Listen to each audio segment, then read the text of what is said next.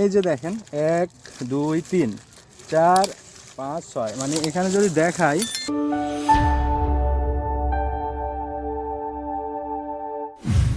দর্শক আসসালামু আলাইকুম, রাজশাহী ট্রি হাউসে সবাইকে স্বাগতম।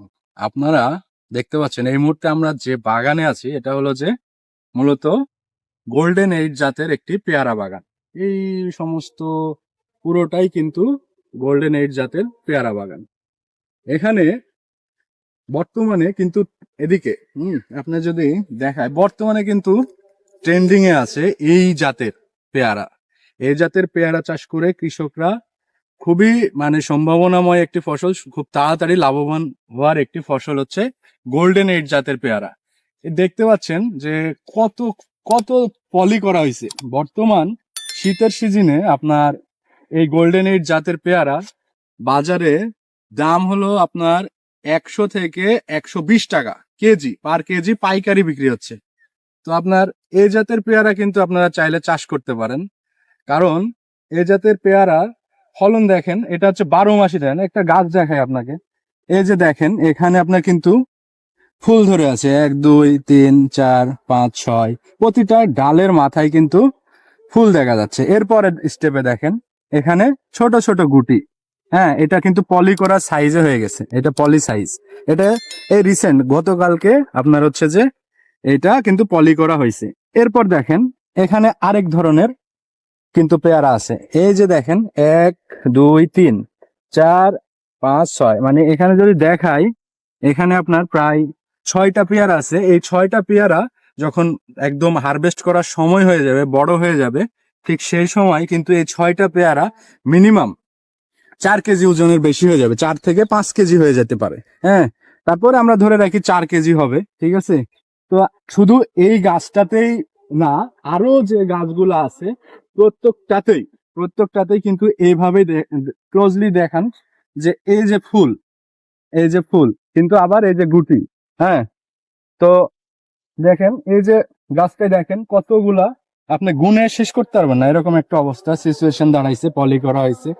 এই পেয়ারা গুলা যখন আমার দিকে এই পেয়ারা এই দূর থেকে এই পেয়ারা গুলা যখন বড় হয়ে যাবে, কিন্তু এই এই যে ঠিক ইয়াগুলা সুতি দিয়ে আপনার হচ্ছে যে বেঁধে দেওয়া হয়েছে, এগুলা নাহলে ডাল ভেঙে যাবে।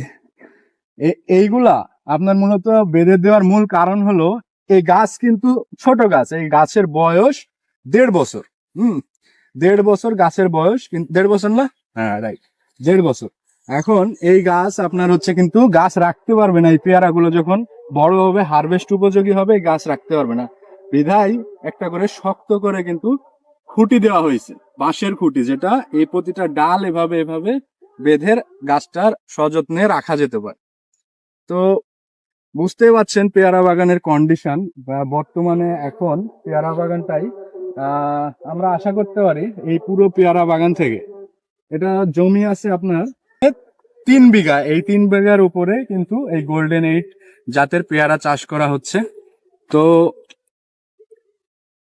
আপনারা আমরা কিন্তু আপনাদেরকে পরবর্তীতে এই পেয়ারা চাষ সম্বন্ধে আপনাদের কমেন্টের উপর ভিত্তি করে, আপনাদের প্রশ্নের উপর ভিত্তি করে একটা একটা করে আমরা উত্তর দিব এবং ভিডিও নিয়ে আসবো পেয়ারার কিভাবে পরিচর্যা করা লাগে।